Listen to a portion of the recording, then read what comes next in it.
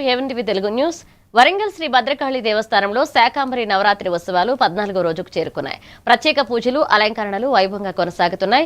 మహబూబాబాద్ కు చెందిన సేవా సమితి ఆధ్వర్యంలో 11 క్వింటాళ్ల కూరగాయలను అమ్మవారికి సమర్పించారు. ఇక జూలై 29న తెల్లవారుజామున శాకాంబరి అలంకరణ చేపట్టి ఉదయం 9 గంటల నుంచి భక్తులకు శాకాంబరి విశ్వరూప దర్శనం కల్పించనున్నారు. ఇక భక్తుల రద్దీ దృష్ట్యా ప్రత్యేక దర్శనాలు, భద్రతా ఏర్పాట్లు చేసినట్లుగా ఆలయ అధికారులు తెలిపారు.